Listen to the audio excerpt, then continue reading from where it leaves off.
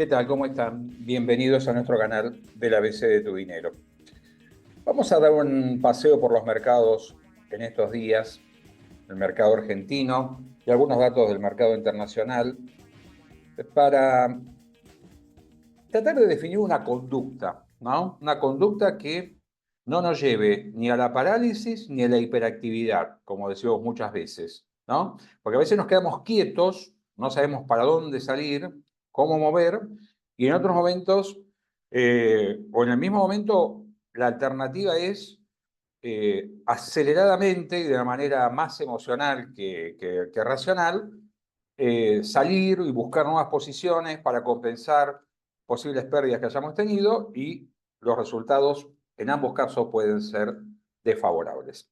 Así que la idea hoy es un repaso del estado de los mercados en un días más convulsionados, quizás, que estamos viviendo, y bueno, y ver a partir de ahí eh, cómo movernos, básicamente en aquellos mercados que no son de renta fija, ¿no? Lo que podemos llamar de renta variable. Alguien mira las pizarras, ¿sí? Mira los periódicos, mira las noticias y trata de sacar conclusiones, ¿no? Eh, el título que elegimos para hoy es este, ¿no? Mercados alterados y el valor del tiempo. Y vamos a ver qué es el tiempo en el término de las inversiones. Los mercados se están moviendo y nosotros tenemos algunos termómetros para marcar preocupaciones. Uno son los dólares financieros. Los dólares financieros sabemos que hace unos 20 días atrás comenzaron un despertar, ¿sí? Respecto de un periodo de mucha calma, mucha estabilidad sorprendente, y los dólares están hoy cotizando en torno a los 1.270, 1.300 pesos, me refiero a los dólares, dólar MEP, el dólar bolsa, y el contado con liquidación. Paralelamente a esto, también se mueve el riesgo país. El riesgo país que marca, de algún modo, la confianza de los tenedores de títulos de deuda soberana, que se emitía por el Estado Nacional, fundamentalmente, y a medida que sube, lo que está marcando es una desconfianza, ¿no? Una desconfianza creciente en cuanto a la posibilidad que el emisor pueda cumplir con los vencimientos que tiene, ¿no? Entonces, un riesgo país que rondaba los 1.200 puntos, ¿no? Recordemos que 1.200 puntos es un 12%, ¿no?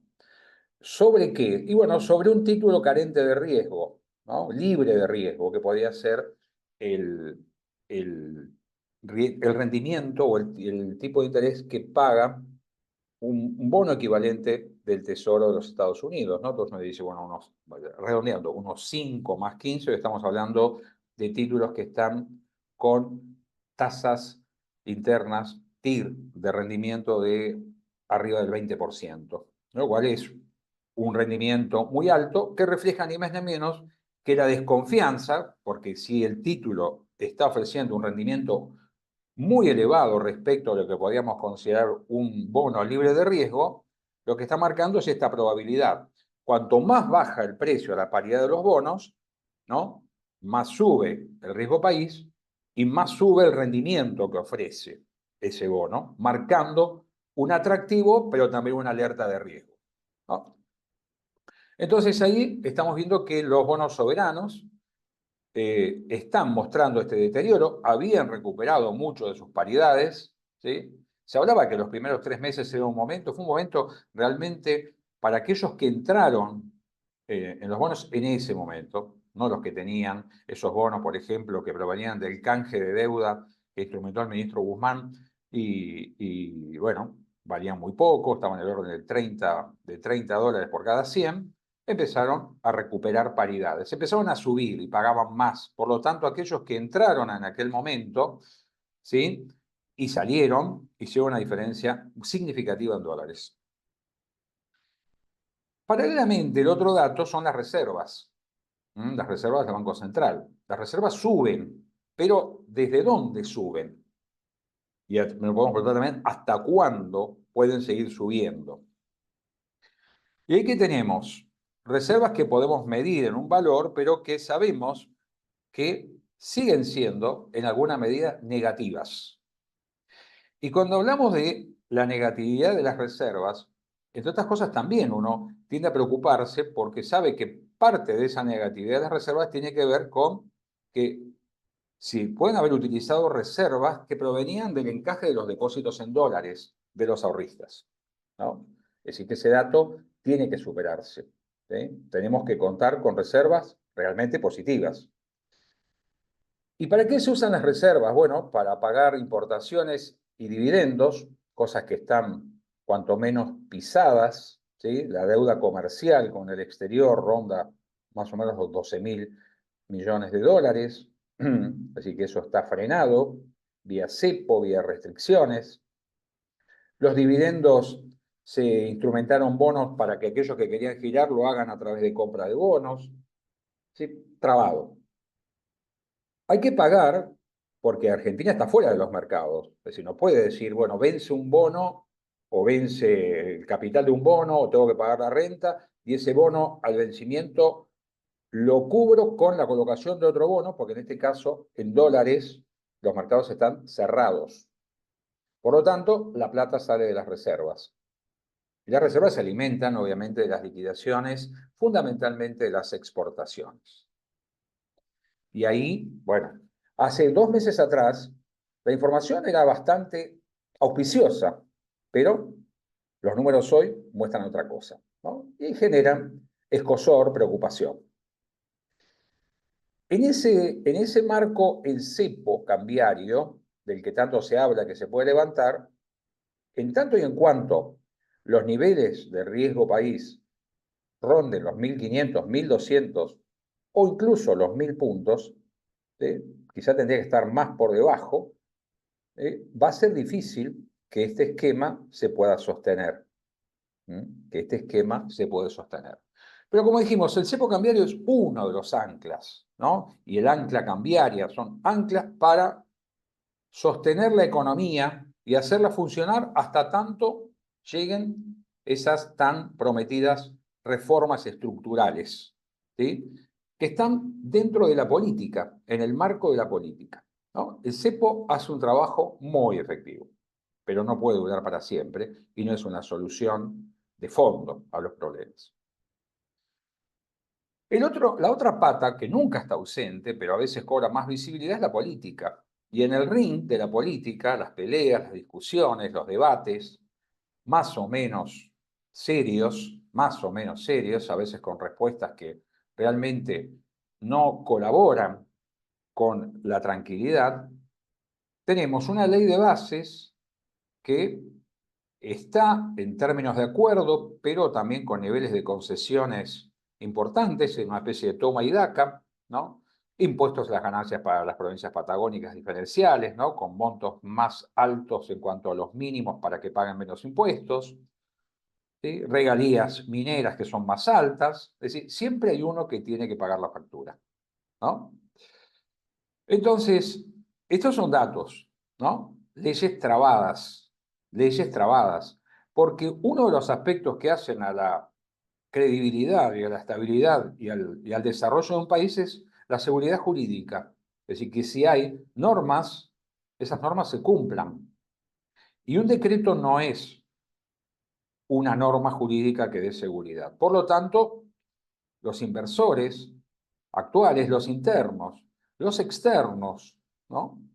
Tienen preocupaciones.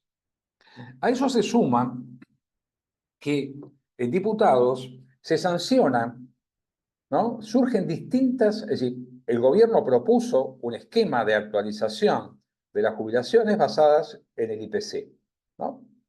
Pero claro, quedaron cosas retrasadas, ¿no? IPC a partir de abril, pero el gran tramo, ¿sí? De inflación del primer trimestre del 2024 brilla por su ausencia, ¿sí? Se aplicó la fórmula anterior, es decir, no es que no se actualizaron, se aplicó la fórmula anterior, pero la fórmula anterior no aplicaba por IPC. Hay un dato que puede resultar casi cómico, es que las propuestas de mejora ambiciosas y posiblemente insustentables desde el punto de vista fiscal, surgen generalmente de aquellos que no están en el gobierno. ¿Sí? Es la oposición la que marca esquemas más ambiciosos, ¿sí? Que protegen los intereses, permiten recuperar parte del poder adquisitivo que nadie discute, que las jubilaciones perdieron, como también lo perdieron los salarios, ¿no? Pero el gobierno está sentado sobre la caja y no quiere afectar el superávit fiscal. Y estas medidas se comerían, ¿sí? Y amenazarían la estabilidad del superávit fiscal, ¿no? Porque el gasto previsional en la Argentina, más todas las prestaciones que estarían atadas a este tipo de actualización, tienen un peso muy significativo en nuestro gasto público. Así que uno para ir entendiendo por dónde va el asunto. ¿Cómo se resolverá? Si es con veto, si es con acuerdo, si se votará en el Senado en contra, etc. En definitiva, son tiempos más largos, mayor incertidumbre y un escenario donde el precio de los activos, básicamente lo que decimos, títulos de deuda y renta variable de acciones, ¿sí? En Argentina, sufren deterioro. Alguien vende y alguien compra. La pregunta que uno podía hacerse es, ¿quiénes y por qué compran? ¿No? ¿Con qué expectativa? ¿Compran algo que va a perder o compran algo que espera rebote y recupere su valor? ¿No? Como siempre en los mercados hay apuestas. Lo que no se puede discutir es que a esta altura, los primeros días de junio, la apreciación del peso sigue siendo significativa. Es un dato, es un año que todo parece indicar que seguirá siendo una casi certeza. ¿Sí? Es decir, que va a crecer la cotización del dólar por debajo de la inflación. De eso va a implicar una apreciación del peso. ¿Y qué tenemos ahí? Tenemos CDRs, ¿sí? Certificados de depósito que te permiten a vos comprar acciones o parte de las acciones que cotizan en Estados Unidos, ¿sí?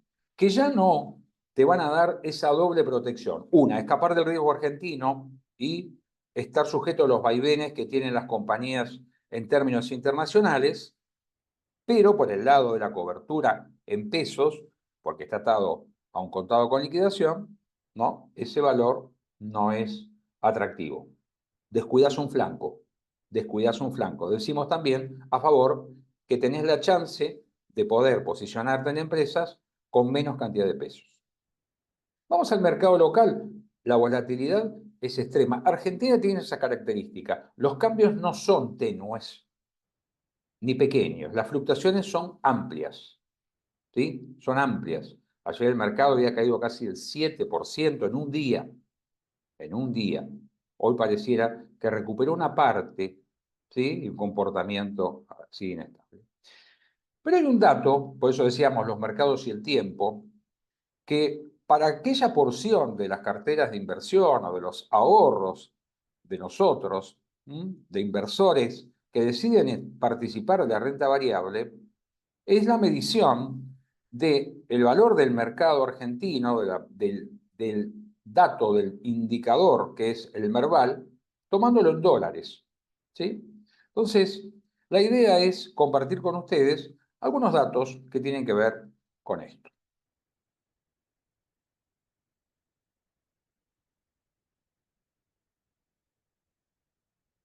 Esta es una página de un agente bursátil, Raba, y que muestra, por ejemplo, cómo se viene comportando valorizado en dólares el Merval. ¿Sí? Si vos convirtieras el Merval en dólares, ¿a qué tipo de cambio? Al contado con liquidación, ¿no? Dividías los pesos por el Merval y te daría la unidad. Tomamos como base, por ejemplo, cuánto era el valor del Merval el 5 de junio del año pasado. ¿Sí? Y en el cierre de ese día, la cotización en dólares era de $763. Pasaron muchas cosas, elecciones, cambio de gobierno, cambio de modelo económico, mucho ajuste, ¿sí? Y vimos acá Estamos viendo el comportamiento en distintas épocas del año. Podemos pararnos acá, el 11 de diciembre, ya el Merval en dólares de 763 pasaba a 932. Y con todos los cambios que ha habido, porque esto es una combinación de cotizaciones en pesos y conversiones a dólares, ¿sí? En una economía bimonetaria, claramente en la práctica, así la pensamos por lo menos, estamos llegando, con distintas fluctuaciones, a un valor del 3 de junio de 1.204 dólares. ¿Sí? Estamos hablando de un pase de unos 700, dijimos 1.204 dólares, y en el arranque unos 763 dólares. Estamos hablando de una variación cercana al 70% en dólares. Un mercado que muchos dicen todavía no explotó positivamente, pero que aún con ese comportamiento y precios retrasados, etcétera, hace que en dólares, moviéndonos así, ¿no? Uno va viendo a cuánto equivale, ¿no? Y acá uno cuando entró, y si hoy saliera y convirtiese los pesos de las acciones que vende en el mercado argentino y los pasara a ese tipo de cambio, obtendría una ganancia más que significativa. Esto en el marco de todas las cosas que veníamos diciendo antes, ¿no?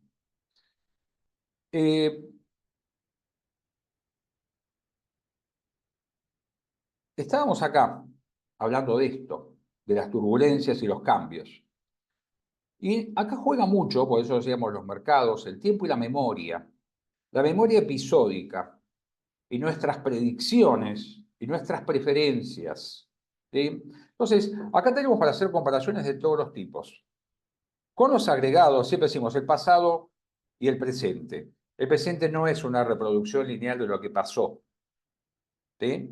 Uno puede tomar puntos para encontrar semejanzas, algún tipo de referencia, pero no son los mismos factores, no es la misma realidad económica. Entonces, ojo con esto, con tomar decisiones en función de lo que uno hizo en una crisis que le parece similar y tomó una decisión de inversión. Otro tema es tomar en cuenta esto, ¿no? Si uno se posiciona en CDR y le analiza las variaciones en dólares, seguramente las fluctuaciones son mucho más pequeñas, muchísimo más pequeñas, ¿no? Te toma el trabajo de decir, bueno, ¿cuánto fue la variación del Standard & Poor's, del Nasdaq? Es decir, las fluctuaciones son muy pequeñas, al alza y a la baja. Para los dos, para el que está metido en el mercado local en acciones y para el que está en el mercado americano. Por lo tanto, jugar con eso. Eso es un factor que tiene que ver con el riesgo que está dispuesto a correr el inversor en la porción de su inversión que está en renta variable. ¿Sí? Y por último, esta recomendación que decíamos al principio. Perder la paciencia en el momento justo no es lo mejor. No es lo mejor. Es decir, ser conscientes de estas fluctuaciones, de que en general este tipo de inversiones son inversiones que se realizan con un proyecto o con un horizonte de inversión de mediano largo plazo. Por lo tanto, podemos mirar también la evolución de los índices del mercado de valores argentino o de tu país, el que fuere, medirlo en dólares y mirar, ya digo, tendencias y proyecciones y ver que quizá también hay ciertos movimientos en el precio de los activos locales que está atado a las fluctuaciones de la moneda extranjera. A veces suben los tipos de cambio, por lo tanto no hay variaciones en el valor en dólares de tus participaciones, a veces no, pero recomiendo mirar este tema a la hora de la toma de decisiones, ya digo, para no perder la calma y no equivocar el rumbo o la dirección de nuestras decisiones de inversión. Como siempre, les agradecemos que nos acompañen, que se suscriban a nuestro canal, que nos den me gusta, espero que así funcione, y nos hagan llegar sus comentarios para entre todos mejorar nuestra capacidad de comprensión de estos fenómenos, nuestra educación financiera y conseguir unas finanzas personales más sanas. Muchas gracias y los esperamos la próxima.